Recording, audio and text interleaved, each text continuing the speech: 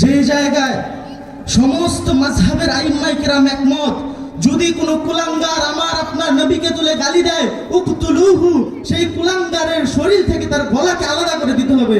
সেই জায়গায় আমাদের বাংলাদেশে আমার আপনার নবীকে নিয়ে গালি দিচ্ছে।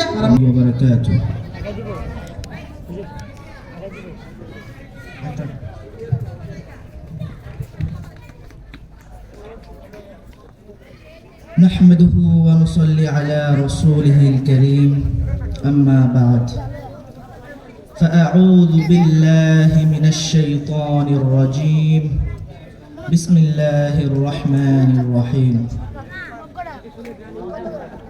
وما خلقت الجن والإنس إلا ليعبدون وقال رسول الله صلى الله عليه وسلم لا يؤمن أحدكم حتى أكون أحب إليه من والده وولده والناس أجمعين أو كما قال عليه الصلاة والسلام.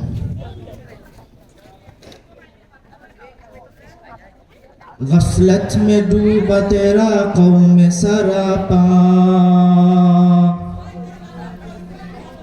गफलत में डूबा तेरा कौम सरापा, बेमौत न मर जाए कहीं उन्हें जगा दो, बेमौत न मर जाए कहीं उन्हें जगा दो।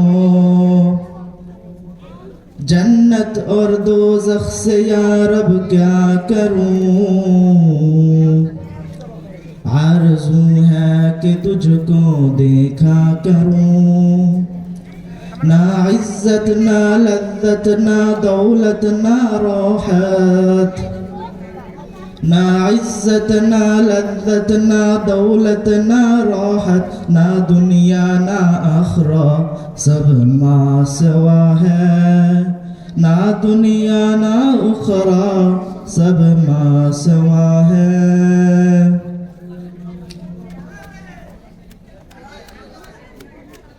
সময়ের সংক্ষিপ্ততার কারণে ভূমিকা দীর্ঘায়িত না করে সরাসরি আমার মূল আলোচনায় চলে যাচ্ছি ইনশাআল্লাহ। দেখেন, আমরা সবাই এই দুনিয়াতে আসছি, আমরা জীবনযাপন করতেছি, কাজকর্ম করতেছি, সবারই কিন্তু একটা মাকসাদ উদ্দেশ্য থাকে। আল্লাহ তাআলা আমাদেরকে দুনিয়ায় প্রেরণ করলেন আশরাফুল মাখলুকাত বানিয়ে।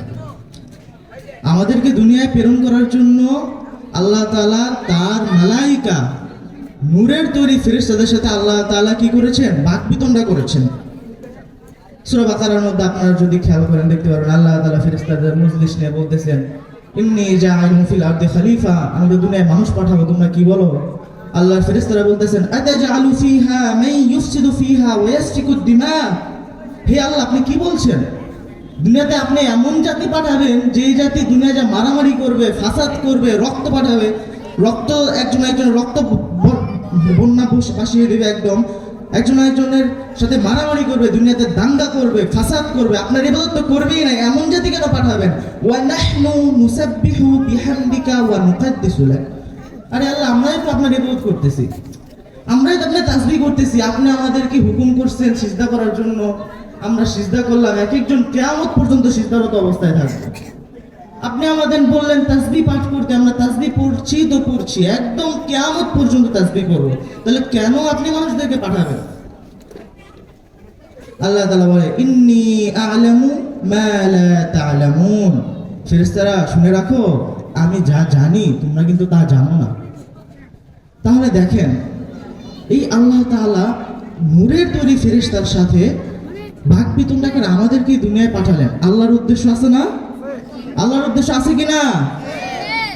আল্লাহ তাআলা বলেন, ওয়া মা খালাকতুল জিন্না ওয়াল ইনসা ইল্লা লিয়াবুদুন, আমি জিন এবং মানবকে সৃষ্টি করেছি ইল্লা লিয়াবুদুন, শুধুমাত্র আমারই ইবাদত করার জন্য।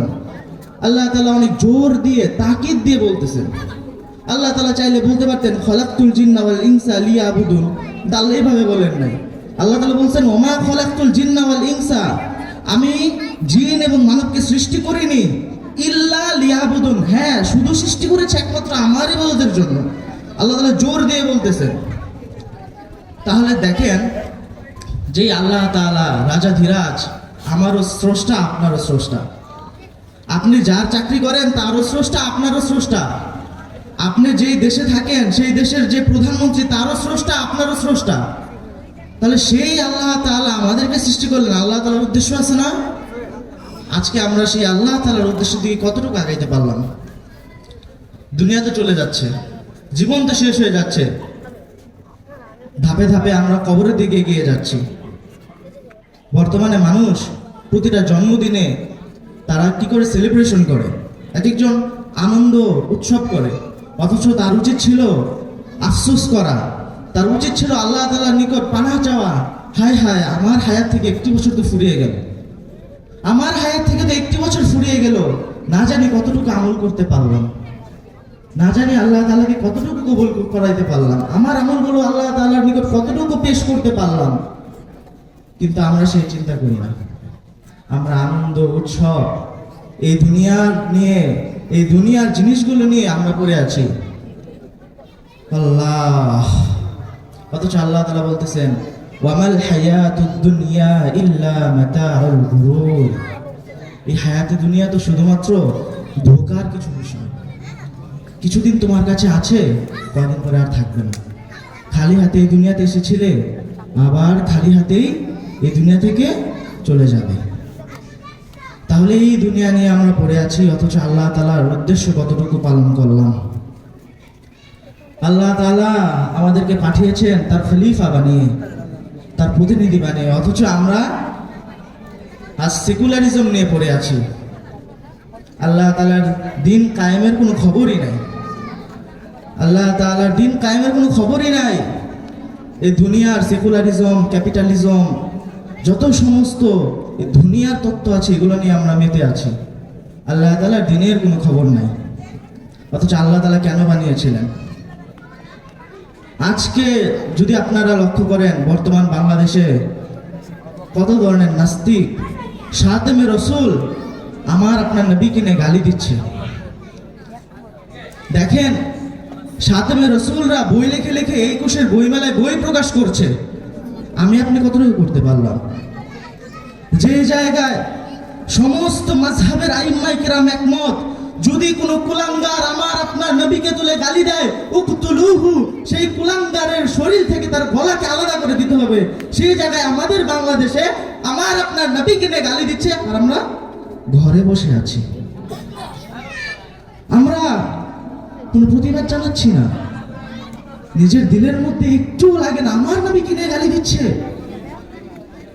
এই দিলের হালত নিয়ে কিভাবে নিজেকে মুমিন বলি আমরা? কিভাবে নিজেকে ইমানদার দাবি করি?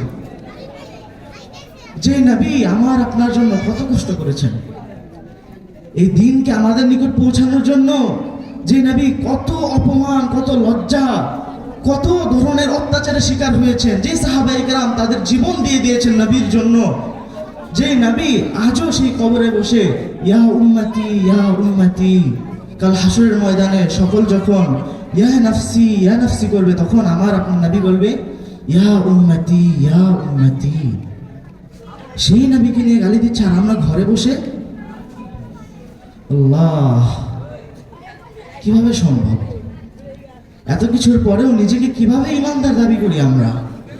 যে জায়গায় আল্লাহ রাসূল সাল্লাল্লাহু আলাইহি ওয়াসাল্লাম বলতেছেন লা ইউমিনু আহাদুকুম হাত্তা আকুনা আহাব্বা ইলাইহি মিন ওয়ালিদিহি ওয়া ওয়ালাদিহি ওয়ান নাসি আজমাইন। শুনে রাখো, তোমাদের মধ্যে কেউ পূর্ণাঙ্গ মুমিন হতে পারবে না যতক্ষণ না পর্যন্ত আমি নবী, আমি মুহাম্মদ তোমাদের নিকট, তোমাদের পিতামাতা, তোমাদের সন্তান, সমস্ত মানুষ, পুরা দুনিয়ার সবার থেকে প্রিয় না হব, ততক্ষণ পর্যন্ত তোমরা কেউই ইমানদার হতে পারবে না। আল্লাহ রাসূল সাল্লাল্লাহু আলাইহি ওয়াসাল্লাম এটা বলে গেছেন। আর আজ আমরা দুনিয়া নিয়ে পড়ে আছি, সেই আল্লাহর রাসূলকে গালি দিচ্ছে, আমরা কিছু বলছি না। আল্লাহ তাআলাকে যদি কেউ গালি দেয়, আল্লাহ তাআলাকে যদি কেউ গালি দেয়, তাহলে তার তওবা কবুল করার সুযোগ আছে। আল্লাহর রাসূলকে যদি কেউ গালি দেয়, ইমামরা এত কঠোরতা অর্পণ করেছেন যে আল ফাতওয়াল বাজ্জাজি, ফতোয়া বাজ্জাজি, ইমাম বাজ্জাজি ফতোয়া দিয়েছেন লা ইউকবালু তাওবাতু সাবির রাসূল, আল্লাহ রাসূল সাল্লাল্লাহু আলাইহি ওয়াসাল্লামকে যেই কুলাঙ্গার গালি দিবে সেই কুলাঙ্গারের তওবাও এই দুনিয়াতে কবুল করা হবে না, তার শাস্তি শুধুমাত্র একটাই, আল কাত, হত্যা করা। ভাই দিলে অনেক ব্যথা লাগে ভাই। যেই আল্লাহ রাসূল এত কিছু করলেন, সেই আল্লাহ রাসূলকে নিয়ে কটূক্তি করা হচ্ছে। আমরা ঘরে বসে আছি, আবার নিজেকে আমরা ইমানদার দাবি করি, আবার নিজেকে ইমানদার দাবি করি আমরা। আল্লাহ তাআলা তার হাবিবকে এতটা মহব্বত করতেন, তার হাবিবকে এতটা মহব্বত করতেন। বান্দা এবং রাসূল সাল্লাল্লাহু আলাইহি ওয়াসাল্লাম আকরাব আসহাবায়ে আজমাইনরা আল্লাহ রাসূলকে এতটা ভালোবাসতেন, তারা এক একজন বলতেন, ফিদাকা আম্মি উম্মি ওয়া আবি ইয়া রাসূলুল্লাহ, ফিদাকা উম্মি ওয়া আবি ইয়া রাসূলুল্লাহ, ফিদাকা উম্মি ওয়া আবি ইয়া রাসূলুল্লাহ। হে আল্লাহর রাসূল, আপনার উপর আমার বাবা, আপনার উপর আমার মা কুরবান হোক। আপনার উপর আমার বাবা, আপনার উপর আমার মা কুরবান হোক। অথচ আমরা সেই আল্লাহ রাসূল সাল্লাল্লাহু আলাইহি ওয়াসাল্লামকে কতটুকু মহব্বত করতে পারলাম? এই দুনিয়া নিয়ে পড়ে আছি আমরা, এই দুনিয়া নিয়ে আমরা পড়ে আছি। আল্লাহ রাসূল সাল্লাল্লাহু আলাইহি ওয়াসাল্লামকে কতটা মহব্বত করতে পারলাম? এই দুনিয়ার গাফলতে পড়ে আছি। আল্লাহ রাসূল সাল্লাল্লাহু আলাইহি ওয়াসাল্লামের যে কাজগুলো আমাদের জন্য করেছেন, যে দায়িত্ব উনি আমাদের জন্য আঞ্জাম দিয়েছেন, আমাদের উচিত ছিল আমাদের কলিজাগুলো বের করে তার জন্য সঁপে দেওয়া। অথচ আমরা তার সুন্নতকে অনুসরণ করতে পারছি না। মনে রাখেন, কোন আমল যদি আল্লাহ রাসূল সাল্লাল্লাহু আলাইহি ওয়াসাল্লামের সুন্নত অনুযায়ী না হয়, সে আমল কখনোই আল্লাহ তাআলার দরবারে কবুল হবে না। আল্লাহ তাআলার দরবারে কখনোই কবুল হবে না। আল্লাহ তাআলা নিজেই বলেছেন, তোমরা যদি আমাকে ভালোবেসে থাকো, তাহলে তোমরা আমার হাবিব, আমার রাসূল, তাকে তোমরা অনুসরণ করো, তাকে তোমরা অনুসরণ করো। আমার রাসূল সাল্লাল্লাহু আলাইহি ওয়াসাল্লাম তোমাদের কিছু যা নিয়ে এসেছেন, ফাখুযু, তোমরা এটাকে আঁকড়ে ধরে রাখো, এটাকে ছেড়ে দিও না, এটাকে ছেড়ে দিও না, তোমরা এটাকে আঁকড়ে ধরে রাখো। অথচ আমরা আজকে আল্লাহ রাসূল সাল্লাল্লাহু আলাইহি ওয়াসাল্লামের কোনো সুন্নতে ধরে রাখতে পারছি না। আবার নিজেদেরকে আমরা সেই নবীর উম্মত দাবি করি। আল্লাহ তাআলা যে বলেছেন, কুনতুম খায়রু উম্মাত, তোমরা যে শ্রেষ্ঠ উম্মত, কিভাবে নিজেদেরকে শ্রেষ্ঠ উম্মত দাবি করে? লজ্জা লাগে না একটুকু? আমাদের কি লজ্জা নাই একটুকু? আল্লাহ রাসূল সাল্লাল্লাহু আলাইহি ওয়াসাল্লামকে নিয়ে মানুষ কটূক্তি করছে, গালি দিচ্ছে, অথচ আমরা সেই আল্লাহর রাসূলের জন্য কোনো একটা কিছু করতে পারছি না। আবার আমরা সেই আল্লাহর রাসূলের উম্মত দাবি করছি। কোন অধিকারে, কোন অধিকারে আমরা সেই আল্লাহর রাসূলের উম্মত দাবি করে নিজেদেরকে শ্রেষ্ঠ উম্মত বলি, নিজেদেরকে আল্লাহর বান্দা বলি? কোন অধিকারে? আমাদের অধিকার নাই। মনে রাখেন, নিজেদের দিলের মধ্যে যদি এই জন্য ব্যথা না লাগে, বর্তমানে যা হচ্ছে, আমার রাসূলকে নিয়ে গালি দিচ্ছে, এই ব্যাপারে যদি আপনার অন্তরের মধ্যে ব্যথা না লাগে, আপনার অন্তরের ভিতরে যদি সেই কুলাঙ্গারদের প্রতি ঘৃণা জন্ম হয়, তাহলে আপনার ইমানের সমস্যা আছে। মনে রাখেন, আপনি মুসলমান থাকবেন কিনা এটা নিয়েও সন্দেহ আছে। তাই নিজের অন্তরের মধ্যে আল্লাহ রাসূল সাল্লাল্লাহু আলাইহি ওয়াসাল্লামের প্রতি ভালোবাসা তৈরি করুন, আল্লাহ রাসূল সাল্লাল্লাহু আলাইহি ওয়াসাল্লামকে মহব্বত করুন, তাকে ভালোবাসুন, তার সুন্নতগুলোকে আঁকড়ে ধরুন। তাহলেই একমাত্র আল্লাহ তাআলাকে পাওয়া সম্ভব। আল্লাহ রাসূলের জরিয়া বাদ দিয়ে আল্লাহ তাআলাকে কখনোই আপনারা পাবেন না। এজন্য আল্লাহ তাআলা যেন আমাদের সকলকে সে আল্লাহ তাআলার হাবিব, আল্লাহ তাআলার রাসূলের অনুসরণ করার তৌফিক দান করেন এবং আমাদের সমস্ত আমলগুলোকে তার হাবিবের অনুযায়ী করার তৌফিক দান করেন এবং আমাদের আমলগুলোকে তিনি কবুল করেন। এই বলে আমি আমার সংক্ষিপ্ত আলোচনা শেষ করছি।